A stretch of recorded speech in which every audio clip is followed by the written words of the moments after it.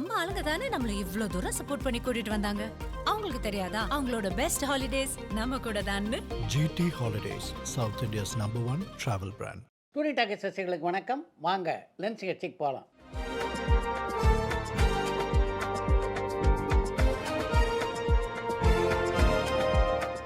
என்னப்பா முதல் கேள்வி? குணச்சித்திர வேடங்கள், போலீஸ் வேடங்கள்ல அதிகமாக நடித்த ஏஆர் ஸ்ரீனிவாசன் அவர்களை பற்றி தகவல் சொல்ல முடியுமா? அவர் இப்போ எங்கே இருக்காருன்னு சிதம்பரத்தில் இந்த ஸ்ரீனிவாசன் கேட்டிருக்காங்க. ஏஆர்எஸ் ஒரு அற்புதமான நடிகர். அவருக்கு கிடைச்ச வாய்ப்பை போல எல்லா நடிகருக்கும் கிடைக்கும் அப்படின்னு கூட சொல்லிட முடியாது. அந்த அளவுக்கு சினிமா உலகிலும் நாடக உலகிலும் பலரோடு பழகுகின்ற வாய்ப்பினை பெற்றவர் அவர். சட்டக்கல்லூரியிலே சோமுடைய சக மாணவராக இருந்த ஏஆர்எஸை நாடக உலகுக்கு அறிமுகப்படுத்திய பெருமை ஒய்ஜி பார்த்தசாரதி அவர்களையே சேரும். அவர் தான் நாடக உலகுக்கு அவர் கொண்டு வந்தார். நாடகத்துக்கு வந்ததுக்கு பின்னால் ஒரு பக்கம் ஜெயலலிதாவுடைய தாயாரான சந்தியா, அதுக்கப்புறம் ஜெயலலிதா, இப்படி பலருடன் நடிக்கக்கூடிய வாய்ப்பு அவருக்கு கிடைத்தது. திரையுலகத்திலும் பார்த்திங்கன்னா எல்லா கதாநாயகர்களோடும் நடிக்கக்கூடிய வாய்ப்பு அவருக்கு அமைந்தது. எம்ஜிஆர், சிவாஜி ஆகிய இருவருடனும் நல்ல நட்போடு இருந்த ஏஆர்எஸ் இப்போ நாடக உலகிலிருந்து சற்று விலகி ஓய்வெடுத்து கொண்டிருக்கிறார். விஸ்வநாதன் சன் படத்துடைய ரிலீஸுக்கு இன்னும் 3 வாரங்கள் கூட இல்லை. ஆனால் ப்ரமோஷன் இன்னும் ஸ்டார்ட் பண்ணாமல் இருக்காங்களே, காரணம் என்னன்னு மத்திஷான் ஸ்ரீலங்காலேருந்து கேட்டிருக்காங்க. ஜனநாயகன் படத்துடைய வெளியீட்டுக்கு முன்னாலே விஸ்வநாதன் சன்ஸ் படத்துக்கு என்ன மாதிரியான விளம்பரம் பண்ணாலும் அது மக்கள் மனதிலே தங்காது அப்படின்றது அந்த படத்துடைய தயாரிப்பாளருக்கு நல்லா தெரியும். அதனால தான் அந்த விளம்பர பணிகளெல்லாம் கொஞ்சம் தள்ளி போட்டிருக்காங்க. இப்போ ஜனநாயகம் வெளியாகிவிட்ட நிலையில் இனி அந்த படத்துக்கான விளம்பரங்களை அவங்க செய்ய தொடங்குவாங்கன்னு நினைக்கிறேன். கடந்த 3 மாதத்தில் வெற்றி தோல்வியை தாண்டி மக்களை தேட்டருக்கு வர வைக்கக்கூடிய படங்களாக ரிலீஸ் ஆகிட்டு இருக்கு. கடந்த 10 வருஷத்தில் இந்த 2026 சிறந்த ஆண்டுன்னு சொல்லலாமான்னு மத்திஷான் ஸ்ரீலங்காலேருந்து கேட்டிருக்காங்க. திரைப்படங்களை பார்க்க திரை ரசிகர்களை தேட்டருக்கு அழைத்து கொண்டு வந்ததில் 2026 ஒரு சாதனை புரிந்திருப்பதாகவே சொல்லலாம். இன்னும் பார்த்தீங்கன்னா ரசிகருடைய எதிர்பார்ப்புக்கேற்ற பல படங்கள் வெளிவர இருக்கின்றன. அந்த படங்கள்லாம் வந்ததுன்னா திரையரங்குக்கு வருகின்ற ரசிகருடைய வரவு இன்னும் கூட அதிகரிக்க வாய்ப்பு இருக்குது. பொதுவாக சினிமாவில் சினிமாட்டோகிராஃபர்ஸ் அவங்களுடைய பேருக்கு பின்னாடி ஐஎஸ்சின்னு போட்டுக்கிறாங்க. அதுக்கு காரணம் என்னன்னு பரமன் வேலூர்லேருந்து கேட்டிருக்காங்க. இந்தியன் சொசைட்டி ஆஃப் சினிமாட்டோகிராஃபர்ஸ் அப்படின்னு ஒரு அமைப்பு இருக்குது. இது 1995ஆம் ஆண்டிலே தொடங்கப்பட்டது. இந்த அமைப்பிலே உறுப்பினர்களாக இருக்கின்ற ஒளிப்பதிவாளர்கள் தான் டைட்டிலில் அவங்களுடைய பெயருக்கு பின்னாலே ஐஎஸ்சி என்று போட்டுக்கொள்வார்கள். ரிக்ஷாக்காரன் படத்தில் எம்ஜிஆர் சுருள் சண்டை போட்டிருப்பாரு. அந்த சண்டை காட்சி அந்த காலத்தில் எவ்வளோ பெருசாக பேசப்பட்டது. அந்த சண்டை காட்சிக்காக அவர் ஏதாவது ப்ராக்டிஸ் பண்ணாரான்னு பரமன் வேலூர்லேருந்து கேட்டிருக்காங்க. மக்கள் திலகம் எம்ஜிஆரை பொறுத்தவரையிலே பலதரப்பட்ட சண்டை காட்சிகள் செய்ததில் அவர் வல்லவராக இருந்தார். அதுக்கெல்லாம் முறையான பயிற்சி பெற்றார். அதனால தான் அந்த சண்டை காட்சியில் அவருடைய நடிப்பு அந்தளவுக்கு பேசப்பட்டதாக அமைந்தது. கல்லூரி வாசல் திரைப்படம் வெற்றி படமாக அமைந்ததான்னு ராஜன் சேலம்லேருந்து கேட்டிருக்காங்க. ஆரம்ப காலத்தில் அஜித் நடித்த கல்லூரி வாசல் திரைப்படம் அவருக்கு வெற்றி படமாக அமையலை. சமீபத்தில் ஆர்யாவை பற்றி சில குற்றச்சாட்டுகள் வருது. அது உண்மையான? ஈரோட்லேருந்து சிவா கேட்டிருக்காங்க. ஆர்யா மேலே குற்றச்சாட்டு அப்படின்லாம் சொல்ல முடியாது. ஒரு தயாரிப்பாளருக்கு உதவுவதற்காக அவர் ஒரு கேரண்டி கொடுத்திருந்தார். அதன் காரணமாக அவர் மீது வழக்கு பாய்ந்திருக்கிறது. அந்த வழக்கிலேருந்து எப்படி விடுபடணும் அப்படின்னு ஆர்யாவுக்கு நல்லா தெரியும். அவரை பொறுத்த வரைக்கும் தயாரிப்பாளருக்கு உதவ வேண்டும் என்று நினைக்கின்ற நல்ல மனது கொண்ட ஒரு நடிகர். அதன் காரணமாக தான் அவ்வப்போது சில சிக்கல்களில் அவர் மாட்டிக்கிறார். பல படங்களில் நடித்த மலையாள நடிகர் பிரதாப் சந்திரன் இப்போ எங்கே இருக்காரு, என்ன செஞ்சிட்டு இருக்காருன்னு பரமன் வேலூர்லேருந்து கேட்டிருக்காங்க. மலையாள நடிகரான பிரதாப் சந்திரன் 300க்கும் மேற்பட்ட மலையாள படங்கள் நடிச்சிருக்காரு. தமிழையும் ஏறக்குறைய 25 படங்களுக்கு மேல் நடித்தவர் இப்போ நம்மிடையே இல்லை. எதனால் கார்த்தி பருத்தி வீரன் மாதிரி இன்னொரு படம் பண்ணாமல் இருக்காரு? கார்த்தியும் அமீரும் திரும்பவும் சேர்றதுக்கு வாய்ப்பே இல்லையான்னு ராகவன் பழனியிலேருந்து கேட்டிருக்காங்க. பருத்தி வர மாதிரி ஒரு படத்தில் நடிக்கணும்னா அதுக்கு கார்த்தி மட்டும் முடிவெடுத்தால் போதுமா? அப்படிப்பட்ட ஒரு கதையோடு ஒரு இயக்குனர் அவரை தேடி வரணும்ல. அப்படி நிகழாதனால தான் அப்படிப்பட்ட படங்களில் கார்த்தி இப்போ நடிக்கலை. அமீரும் கார்த்தியும் இணைந்து ஒரு படத்திலே பணியாற்றப் போவதாக செய்திகள் வந்துகிட்டு இருக்கே தவிர அதற்கான முன்னேற்பாடுகள் எதுவும் நடந்ததாக தெரியல. ஜனநாயகன் படத்துக்கு முதல் நாள் வரவேற்பு எந்த அளவு இருக்குன்னு அஜய் ஒசூர்லேருந்து கேட்டிருக்காங்க.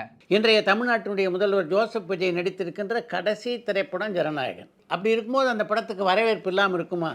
ரசிகர்கள் தங்களுடைய முழு ஆதரவை அந்த படத்துக்கு வழங்கி கொண்டிருக்கிறார்கள். ரத்னகுமார் டைரக்ஷனில் லோகேஷ் கனகராஜ் ஒரு லைட் ஹார்ட்டட் படத்தில் நடிக்க வாய்ப்பு இருக்கான்னு திருச்சியிலேருந்து அருண் கேட்டிருக்காங்க. ரத்னகுமார் இயக்கத்திலே லோகேஷ் கனகராஜ் அப்படிப்பட்ட ஒரு படத்தில் நடிக்கிறதுக்கு இப்போ வாய்ப்பு இல்லை. கார்த்திக் சுப்ராஜ் டைரக்ட் பண்ண மெர்க்குரி படம் வித்தியாசமான படமாக இருந்துமே எதனால் சரியாக போகலைன்னு கார்த்திக் பழனியிலேருந்து கேட்டிருக்காங்க. எல்லா வித்தியாசமான படைப்புகளும் தமிழில் வெற்றி பெற்றுருதா என்ன?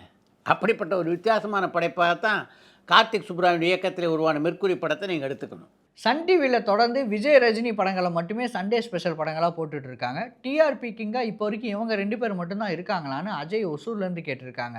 டிஆர்பி உச்சத்தில் நீங்கள் குறிப்பிட்டிருக்கின்ற 2 நடிகர்கள் தான் இருக்காங்க அப்படின்றது உங்களுக்கு தெரியாத விஷயமா என்ன? லோகேஷ் கனகராஜ்க்கு அப்புறம் தமிழ் சினிமாவில் யாருமே யூனிவர்ஸ் கிரியேட் பண்ணாமல் இருக்காங்க. எதனால் மற்ற டைரக்டர் யூனிவர்ஸ் கிரியேட் பண்ணுறதை பற்றி யோசிக்கவே இல்லைன்னு பரமன் வேலூர்லேருந்து கேட்டிருக்காங்க. லோகேஷ் கனகராஜே இப்போ தன்னுடைய படங்களில் அந்த லோகேஷ் கனகராஜ் யூனிவர்ஸை பயன்படுத்துகிறதா தெரியலையே. அப்படி இருக்க மற்ற இயக்குனர்லாம் எப்படி அதை ஃபாலோ பண்ணுவாங்க? தென்னிந்தியாவில் மகாபாரதத்தை டைரக்ட் பண்ண யாராவது முயற்சி செய்வாங்களான்னு திருப்பூர்லேருந்து அருண் கேட்டிருக்காங்க.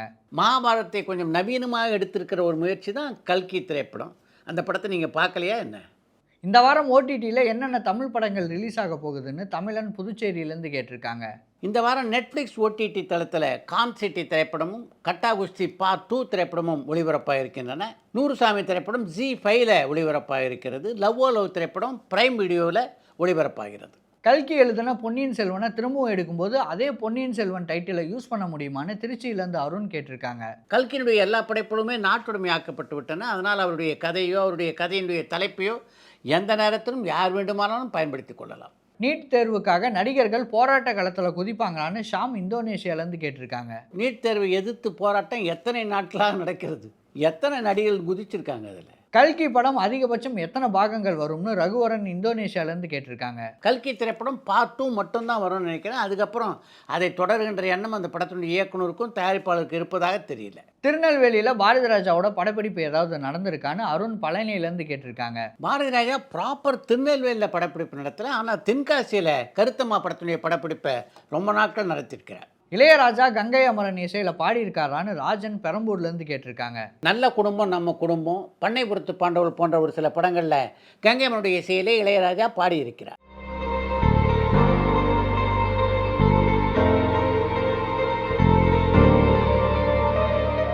வைரமுத்து வாலி நடுவே மோதல் இருந்ததான்னு கமலா ஈரோட்லேருந்து கேட்டிருக்காங்க. கவிஞர் வாலிக்கும் வைரமுத்துக்கும் இடையே மோதல் இருந்ததா அப்படின்ற கேள்வி அவ்வப்போது ரசிகர்கள் மத்தியில் எழுந்து கொண்டு தான் இருக்குது. இதுக்கு அழகான ஒரு சம்பவத்தை உதாரணமாக சொல்ல வேண்டும் என்று விரும்புகிறேன். வாலிக்கு ஒரு மாபெரும் பாராட்டு நடைபெற்ற போது அந்த விழாவிலே வாலியை பாராட்டுவதற்காக வந்திருந்தார் கவிஞர் வைரமுத்து. வார்த்தைகளால் மட்டும் வாலியை பாராட்டாமல் தான் கையிலே கொண்டு வந்திருந்த ஒரு மோதிரத்தை வாலிக்கு அணிவித்தார் வைரமுத்து. வைரமுத்து அந்த மோதிரத்தை போட்டோடனே மைக்கை பிடித்த வாலி, நானும் வைரமுத்தும் மோதிரம்ன்றாங்க, அதெல்லாம் இல்லை அப்படின்னு இப்போ மோதிரம் போட்டு நிரூபித்திருக்கிறார் வைரமுத்து அப்படின்னு சொன்னபோது அந்த அரங்கம் முழுவதும் அதை தன்னுடைய சிரிப்பலையால் ஆமோதித்தது. அடுத்து இன்று ஒரு தகவல். சபாஷ் மீனான படத்தில் சந்திரபாபு நடிப்பதற்கு காரணமாக இருந்தவர் சிவாஜி கணேசன் தான். இந்த கதாபாத்திரத்தில் சந்திரபாபு நடித்தா தான் நல்லாயிருக்கும்னு சொன்னவர் சிவாஜி. அப்படி ஒரு சொன்ன போதிலும் சந்திரபாபு அந்த படத்தில் நடிப்பதற்கு ஒரு நிபந்தனை விதித்தார். சிவாஜிக்கு என்ன சம்பளம் கொடுக்குறீங்களோ அதை தாண்டி எனக்கு ₹1 மேலே சம்பளம் கொடுக்கணும், அப்போ தான் நடிப்பேன் அப்படின்றது தான் அவருடைய நிபந்தனை. இதை பற்றி நானே பல நிகழ்ச்சிகளில் உங்களுக்கு சொல்லியிருக்கேன். அதனால் அதை பற்றி உங்கள் எல்லாருக்கும் நல்லா தெரியும் அப்படின்னு நினைக்கிறேன். இதில் கூடுதலாக ஒரு செய்தியை பதிவு செய்வதற்காக தான் இன்றைக்கு அந்த தகவலை மீண்டும் சொல்கிறேன். அந்த நிபந்தனையை விதித்த சந்திரபாபு அதோடு நிற்கலை. சிவாஜி கிட்ட போய் நான் அவருடைய சம்பளத்தை விட கூடுதலாக ₹1 கேட்டேன்ற விஷயத்தை நீங்கள் சொல்லணும் என்றும் அந்த படத்துடைய தயாரிப்பாளரிடம் இயக்குனரிடம் சொன்னார். இவர் சொல்லிட்டதுனால அவங்க வேறு வழி இல்லாமல் சிவாஜிகிட்ட அதை தெரிவித்தார். சிவாஜி சிரித்தபடியே அதை கடந்து விட்டார். இப்போ சபாஷ் மீனா படத்துடைய படப்பிடிப்பு தளத்திலே சிவாஜியை பார்த்த சந்திரபாபு, என்ன கணேசா, இந்த படத்தை நடிக்கிறதுக்கு முன்னாடி நான் என்ன கண்டிஷன் போட்டேன்றதை இந்த படத்தினுடைய டைரக்டர் உங்கள்கிட்ட சொன்னாரா என்று கேட்டார். சொன்னாங்க, என்னுடைய சம்பளத்தை விட கூடுதலாக உனக்கு ₹1 சம்பளம் தரணும் அப்படின்னு நீ கேட்ட அப்படின்னு சொன்னாங்க. அவங்க அப்படி சொன்ன உடனே நீ என்ன செஞ்ச என்று சந்திரபாபு கேட்க, அந்த ₹1 நான் தான் கொடுத்தமிச்சேன் என்றார் சிவாஜி. நான் ₹1 அதிகமாக வேணும்னு எதனால் கேட்டேன் அப்படின்னு உனக்கு புரியுதா? உன்னை விட நான் பெரிய நடிகை, அதனால தான் கூட ₹1 கேட்டேன் என்று சந்திரபாபு சொன்னபோது சிவாஜி சிரித்தபடியே சந்திரபாபுக்கு ஒரு பதிலளித்தார். நான் அப்படி நினைக்கல, உனக்கு தாழ்வு மனப்பான்மை ரொம்ப அதிகமாக இருக்குது அப்படின்னு நினைக்கிறேன். அந்த தாழ்வு மனப்பான்மையிலேருந்து நீ மீண்டு வர்றதுக்கு ட்ரீட்மெண்ட்டுக்காக தான் உனக்கு கூடுதலாக ₹1 கொடுத்தமிச்சேன் என்றார் சிவாஜி. சிவாஜியை பொறுத்தவரைக்கும் யார் என்ன சொன்னாலும் இது மாதிரி ஷார்ப்பாலாம் எல்லா சமயங்கள்லையும் அவர் பதில் சொல்ல மாட்டார். ஆனால் சில சமயங்களில் அவர் சொல்கிற பதில் இருக்க அது கத்தியை விட கூராக இருக்கும்.